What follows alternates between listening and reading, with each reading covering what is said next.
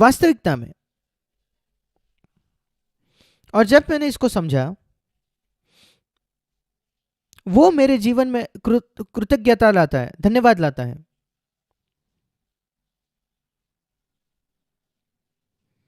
उसी ने मेरे जीवन में धन्यवाद लाया उस समय। जैसे मैंने उस चित्र का इस्तेमाल किया जिसके पैर कट गए थे उस मनुष्य के, जब मैंने देखा कि यीशु ने अनंत काल का सहा मेरे लिए, और मैंने कहा प्रभु, जब मैं इस विषय में सोचता हूं, मैंने प्रभु से ये कहा 60 वर्षों से पहले, प्रभु तू मुझसे कुछ भी मांग सकता है, कभी भी। मैं जैसे उस मनुष्य को कहता जिसके पैर टूट गए थे, अपने जीवन में कभी भी मुझे बुलाइए, मैं आकर सहायता करूंगा, क्योंकि मैं ये नहीं भूल सकता कि तुमने अपने पैर मेरे लिए गवाए। और मैंने वो प्रभु से भी कहा, प्रभु मैं भूल नहीं सकता इस बात को कि तू नरक में अनंत काल के लिए गया मेरे लिए केवल। इसलिए कभी भी मेरे जीवन में, शायद मैं कितना भी महत्वपूर्ण बात क्यों ना कर रहा हूं, और तू मुझसे कहता है छोड़ दो, मैं वो छोड़कर वो करूंगा जो तू मुझसे कहेगा। कोई चीज जो मुझे आनंद देती है और प्रभु कहता है मैं नहीं चाहता तुम ये करो, छोड़ दो, मैं उसे छोड़ दूंगा। मैं आप में से सबको पूछना चाहता हूं प्रिय भाई और बहनों, हम सब कहते हैं कि हम यीशु से प्रेम करते हैं और हम बहुत धन्यवादी है कि वो हमारे पापों के लिए मरा, पर क्या इस प्रकार का संबंध आपका मसीह के साथ है? अगर है तो ना केवल आपका जीवन आपका बहुत ही संतुष्ट करने वाला मसीह जीवन होगा। कई मसीह है, अगर आप उनसे पूछोगे क्या आपका नया जन्म हुआ है, हाँ। क्या आप स्वर्ग जा रहे हो, हाँ। क्या आप संतुष्ट हो अपने मसीह जीवन से? वे कहेंगे नहीं। और उसका कारण है कि उन्होंने कुछ प्रभु से दूर रखा है, परमेश्वर से बचा कर रखा है। और सर्वश्रेष्ठ बात, सबसे अच्छा तरीका मैं इसको समझाने का, एक स्त्री जिसका आपसे विवाह हो जाता है, पर उसके कई प्रेमी आपके पहले रह चुके हैं, और बीच बीच में वो उनमें से एक के बारे में सोचती है, किस प्रकार का विवाह आपको लगेगा आपका होगा? अगर आपके पत्नी के कई प्रेमी थे आपके विवाह से पहले, और यद्यपि शारीरिक तौर पर वो किसी के साथ नहीं है, पर उसका मन कभी ना कभी उनके पास जाता है, और वो कहती है कि वो पुरुष कितना अच्छा था, और वो विचार उसके मन में आते हैं, वो कभी भी एक संतुष्ट विवाह नहीं होगा उसका आपके साथ। और बाइबल बताती है हम मसीह की दुल्हन है, और ऐसे कई कई आकर्षण है इस संसार में हमारे लिए। हम कह सकते हैं कि वो हमारे प्रेमियों की तरह है, जैसे स्त्री के प्रेमी थे उसके विवाह से पहले। और हम कह सकते हैं कि हमारे प्रेमी थे हमारे मसीह के विवाह से पहले, और मसीह के साथ हमारा विवाह होने के बाद भी वो प्रेमी हमारे मन में आते हैं। हम उनके विषय में सपना देखते हैं, हम उनके विषय में सोचते हैं। वही चुराता है उस नजदीकी संबंध के साथ मसीह के साथ। सोच कर देखिए, एक स्त्री जिसका कभी कोई प्रेमी नहीं था आपके अलावा, आप पति उसके हो, इकलौता व्यक्ति है जिससे उसने कभी प्रेम किया है, और अपने पूरे वैवाहिक जीवन में आप इकलौते हो गए उसके मन में, उसने पूरी तरीके से आपको वो समर्पित है। क्या ही खुशहाल विवाह होगा आपका। वैसे ही हमारा और मसीह के साथ होना चाहिए। जब कोई भी बात, कोई भी आराम, कोई भी पैसा, कोई भी चीज उसे ज्यादा आकर्षक नहीं बना सकता मेरे लिए। इस संसार में कोई भी चीज ज्यादा आकर्षक नहीं होगी। मेरे प्रिय भाई और बहनों, ये जीवन है, मैं चाहता हूं आपके लिए, क्योंकि मैंने उसका स्वाद चखा है, अनुभव किया है, और मैं जानता हूं कि यह स्वर्ग का स्वाद है। मैं जानता हूं कितना अद्भुत स्वर्ग होने वाला है, क्योंकि मैंने उसका थोड़ा स्वाद यहां चखा है। मेरे लिए केवल सभाओं में जाना हफ्ते में एक बार, हफ्ते में 2 बार, केवल कुछ बुरी आदतें छोड़ना भी नहीं है। ये सब तो अच्छा है। हम इतना कहते कि ये पाप छोड़ दो, वो पाप छोड़ दो, सीधा ही से चलो, और जो आपसे घृणा करते हैं उनसे प्रेम करो, क्षमा करो, ये सब ठीक है। पर अंतिम उद्देश्य ये है नजदीकी संबंध, संगति परमेश्वर के साथ। क्या आप उसमें प्रवेश कर चुके हो? और वो यहां पृथ्वी पर हम उसको साबित कर सकते हैं। स्वर्ग में जाना और कहना प्रभु मैं तुझसे प्रेम करता हूं किसी भी चीज से ज्यादा, और तेरे जैसा कोई नहीं है मेरे लिए, यह बहुत आसान है स्वर्ग में कहना। ये राजनीतिक दल में जुड़ने जैसा है। जब वो जीत जाते हैं चुनाव उसके बाद, और फिर लोग वहां मिनिस्टर बन सकते हैं, केंद्रीय मंत्री हो सकते हैं, पर चुनाव जीतने से पहले वो उस राजनीतिक पार्टी में नहीं जाना चाहते थे। और कई लोग ऐसे ही होते हैं, जब वे स्वर्ग जाके जाएंगे वहां वे आनंद मनाएंगे। पर अब हमारी जो लॉयल्टी है वो साबित होती है, हमारी जो निष्ठा है वो साबित होती है। मैं कई बार सोचता हूँ क्यों परमेश्वर ने अनुमति दी कि मसीह का जो इतिहास है इतना अलग होता है। पुराने नियम में तो लोगों को उसने बहुत आशीषित किया। आप देखिए कैसे लोगों को पुराने नियम में उसने आशीष की, हमेशा उन्हें छुड़ाकर, दुख और पीड़ा से छुड़ाकर प्रभु ने। आप व्यवस्था विवरण 28 अध्याय पढ़िए, पुराने नियम का सुसमाचार व्यवस्था विवरण 28 में। क्या आप जानते हो क्या है?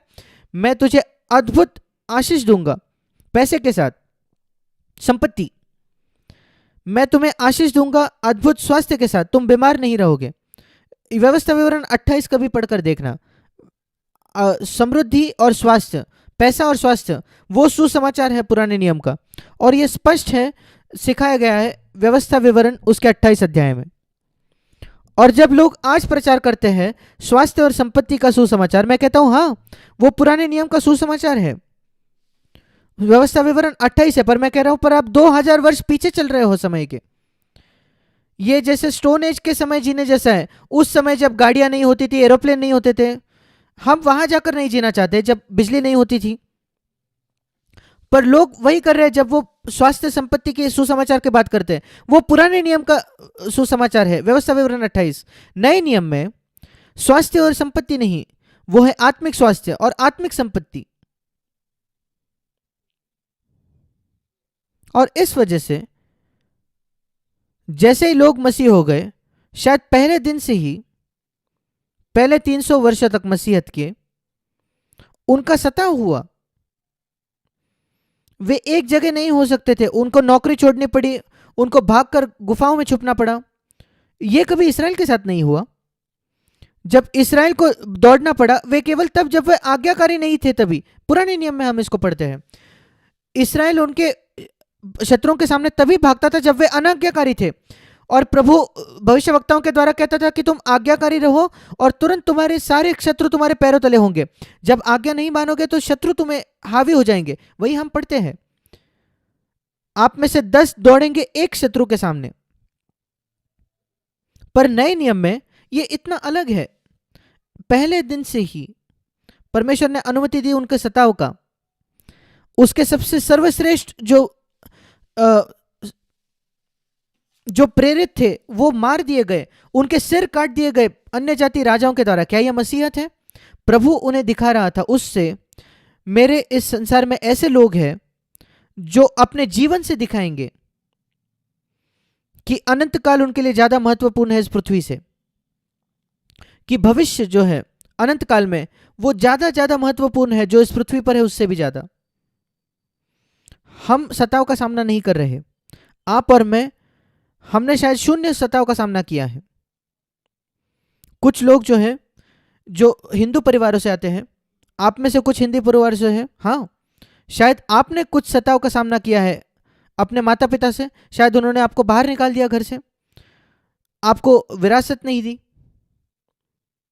मेरे तो नए जन्म पाए हुए माता पिता थे जिन्होंने मुझे एक विरासत भी दी, अच्छा जीवन दिया, और मैं बहुत आराम से जिया हूं। और मैं उनको सराहता हूं जो हिंदू परिवार से है। उन्होंने कुछ सताव का सामना किया, पर हम में से अधिक ने नहीं। शायद 99% हम जो है, हम मसीह परिवार से आए, हमने कुछ भी सामना नहीं किया सताव का। फिर परमेश्वर ने क्यों इसकी अनुमति दी? क्यों परमेश्वर आज भी अनुमति देता है? सबसे अद्भुत जो मसीह है चाइना में, उनका सताव होता है, उनको मार दिया जाता है। कई संसार के जगहों में बहुत कठिन है मसीह होना। मैं वहां देखता हूं कि हम अनंत काल के अगर हमें मूल्य चाहिए, हम यिर्मयाह 29 में पढ़ते हैं, मेरे पास तुम्हारी योजनाएं हैं। जैसे मैंने कहा, हमारे बच्चे कभी कभी समझते नहीं कि मेरा पिता मुझसे बेहतर जानता है। और मैं कहना चाहता हूं, हम भी कभी कभी नहीं समझते कि हमारा स्वर्गीय पिता बेहतर जानता है मुझसे।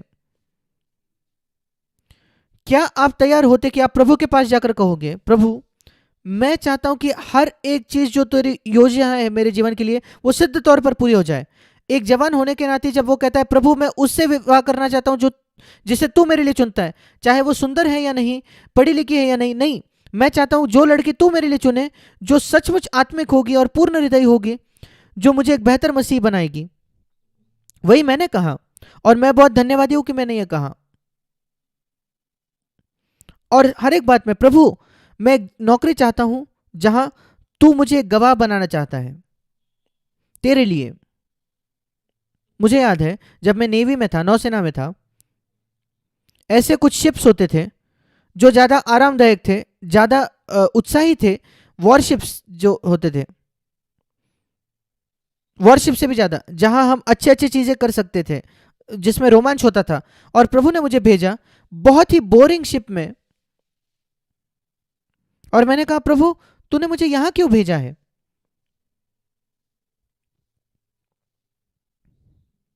और वो जो शिप है उसके ऊपर कभी वॉर गेम्स नहीं होते थे, क्योंकि वो सर्विस की शिप थी। वो अलग अलग पोर्ट्स में जाते थे जहां सर्वे नहीं हुआ है, जहां कोई मनुष्य नहीं होते थे इंडिया में, जहां कोई भी नहीं होता है, वहां जाकर समुद्र को सर्वे करना, वहां की कोस्ट को, तट को सर्वे करना। और हम जानते थे कि वहां जाने का कोई फायदा नहीं था, हम बोर हो जाते थे शिप पर। और मैं तभी तभी मसीह हुआ था, मेरा तभी बपतिस्मा हुआ था। उसका परिणाम यह था, मेरे पास इतना ज्यादा समय था और कुछ नहीं था करने के लिए, और वो केवल 1 साल बाद था मेरे नए जन्म के, 1961 में। और उसका परिणाम यह था, मेरे पास बहुत समय था बाइबल पढ़ने के लिए, और तभी मैंने बाइबल पढ़ाई शुरू की, बाइबल की पढ़ाई। दूसरा कोई जरिया ही नहीं था कुछ करने का। और तब मैंने देखा क्यों प्रभु ने मुझे सबसे बोरिंग शिप में भेजा, जो नौसेना में, जहां कोई नहीं जाना चाहता था। अब जब मैं पीछे मुड़कर देखता हूं, मैं कहता हूं ये सबसे अच्छी बात थी। 1 पूरा साल कोई भी बाहर जाने का जरिया नहीं था, मैं अकेला होता था अपने कमरे में बाइबल के साथ। मेरे पास दूसरे अफसरों के साथ भी ज्यादा संबंध नहीं था, क्योंकि वो दारू पीते थे, पत्ते खेलते थे, और मुझे उसमें कोई दिलचस्पी नहीं था। परमेश्वर ने कितने सिद्ध तौर पर मेरे जीवन की योजना की। मैं पीछे मुड़कर देखता हूं, मैं कहता हूं प्रभु मैं जानता हूं तूने मेरे जीवन के लिए योजना थी, इसलिए तूने मुझे उस नाव पर डाला। ये नहीं मैंने जो उसे चुना, मैंने सोचा मेरे लिए आरामदायक था, पर तूने देखा कि वो मुझे तैयार करेगा मेरे भविष्य के लिए, जो भविष्य तूने मेरे लिए रखा था तेरी सेवा करने के लिए।